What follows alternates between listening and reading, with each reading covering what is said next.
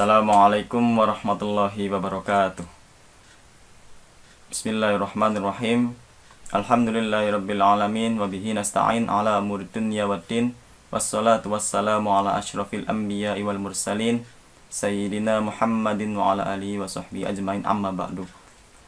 Para pemirsa yang saya hormati, marilah kita panjatkan rasa syukur kita kepada Allah Subhanahu wa taala yang senantiasa melimpahkan nikmat kepada kita semua, sehingga kita pada hari ini, pada kesempatan kali ini, kita diberikan kesehatan dan kesempatan untuk saling berbagi ilmu, saling menambah ilmu pengetahuan yang bertujuan untuk meningkatkan iman kita kepada Allah Subhanahu wa taala.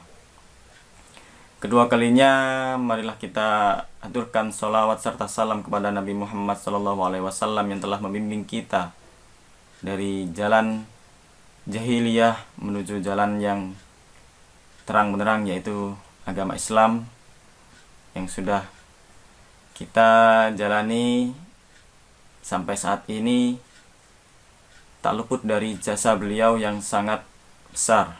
Maka kita berikan salawat serta salam kepada Nabi Muhammad SAW. Baik, untuk hari ini, kali ini saya akan sharing, berbagi ilmu yang pernah saya pelajari, dan meskipun itu nanti mungkin ada yang kurang benar, maka saya mohon untuk diluruskan. Ya. Kali ini akan saya sampaikan sedikit tentang makna zakat. Jadi selama ini kita sudah menunaikan zakat yang paling enggak minimal 1 tahun sekali, yaitu zakat fitrah yang bertepatan pada bulan Ramadan. Ya, kali ini kita juga sudah memasuki bulan Ramadan lagi, dan kita akan mendapatkan kewajiban zakat fitrah tersebut.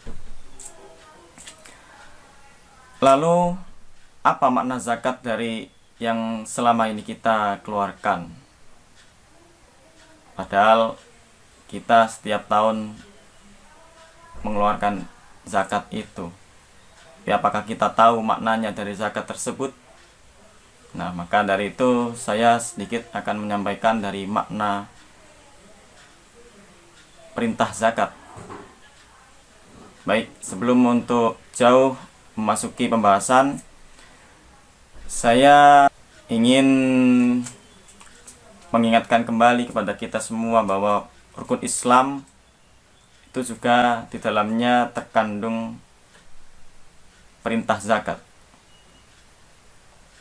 Yaitu yang pertama membaca syahadat, yang kedua sholat, yang ketiga zakat. Nah, disinilah posisi zakat adalah perintah yang wajib dalam rukun Islam pada urutan ketiga.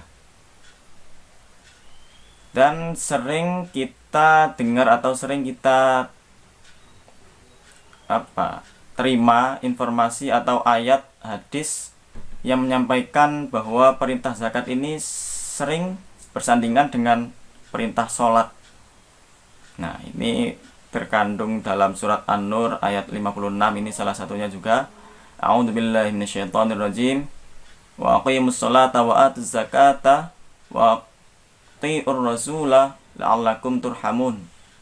Yang isinya yaitu kita diperintahkan untuk sholat, zakat, dan mentaati Rasul. Nah, di sini perintah zakat juga bersandingan dengan perintah sholat. Dan juga dalam surat Al-Bayyinah ayat 5. A'udzubillahi minasyaitonirrajim. Wa ma umiru illa liya'budullaha mukhlishina lahuddina hunafa'a wa yuqimus sholata wa yu'tuz zakata wa dzalika dinul qayyimah. Yang berisi bahwa kita umat Islam itu tidak diperintahkan oleh Allah Subhanahu wa taala kecuali hanya beribadah kepada Allah. Wa ma umiru, dan tidaklah diperintahkan siapa umat Islam illa liya'budullaha, kecuali untuk menyembah Allah, mukhlishina lahuddin hunafa, dengan ikhlas, dengan murni dan bersih. Wa yuqimus sholata wa yu'tuz zakata, dan sholat, mendirikan sholat dan membayar zakat. Nah, di dalam surat Al-Bayyinah ini pun juga salah satunya menjelaskan adanya perintah zakat setelah sholat. Nah, ini sangat memberikan penekanan kepada kita bahwa zakat ini sangat penting dalam ajaran Islam. Nah, untuk mengetahui maknanya, kita juga harus mengetahui secara artinya terlebih dahulu. Artinya zakat secara bahasa itu dalam kitab-kitab klasik yang sudah pernah saya pelajari, salah satunya yaitu dalam Fathul Qorib, yaitu dijelaskan bahwa zakat secara bahasa diartikan sebagai an-nama. An-nama yang artinya bertambah atau tambah. Lebih meningkat lagi dalam kitab Fathul Mu'ain dijelaskan di situ bahwa zakat secara bahasa diartikan sebagai at-tathhir wan nama, suci dan bertambah.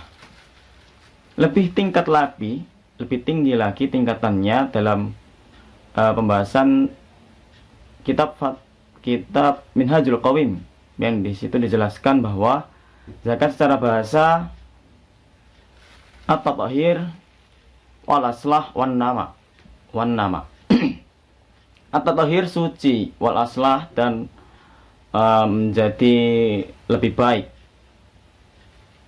dan wan nama, ya, bertambah. Lagi-lagi ada artian bertambah. Jadi zakat ini selain diartikan tambah, juga diartikan sebagai suci dan menjadikan kita lebih baik. Nah, itu makna secara sederhana dari arti bahasa zakat dari berbagai literatur kitab-kitab klasik yang sudah pernah saya pelajari. Meskipun itu entah kalau ada yang kurang mohon diluruskan ya.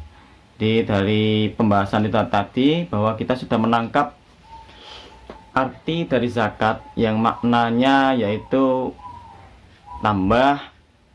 tambah suci dan tambah memperbaiki kita, terutama keimanan kita dan ketakwaan kita kepada Allah Subhanahu wa taala. Nah, apalagi maknanya zakat ini, yaitu dari segi perintah Allah Subhanahu wa taala yang ada dua macam, yaitu kita mempunyai hak, kita harus hablum minallah dan hablum minan nas.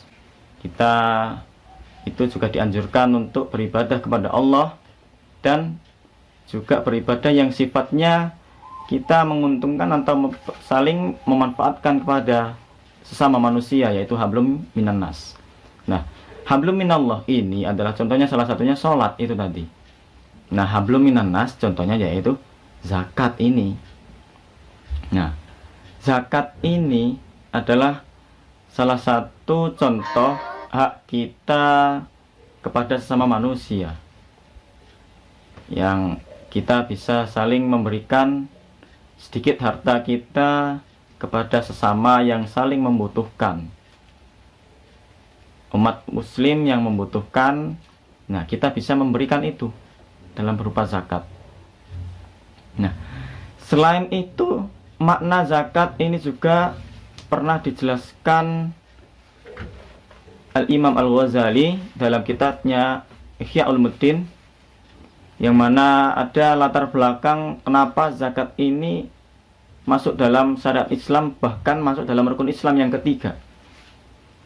Setidaknya ada 3 penyebab atau 3 yang dibahas oleh Imam Al-Ghazali dalam pembahasannya kitab Ihya Ulumuddin. Yang pertama yaitu zakat ini bermakna untuk meningkatkan ketakwaan kita atau keimanan kita kepada Allah Subhanahu wa taala.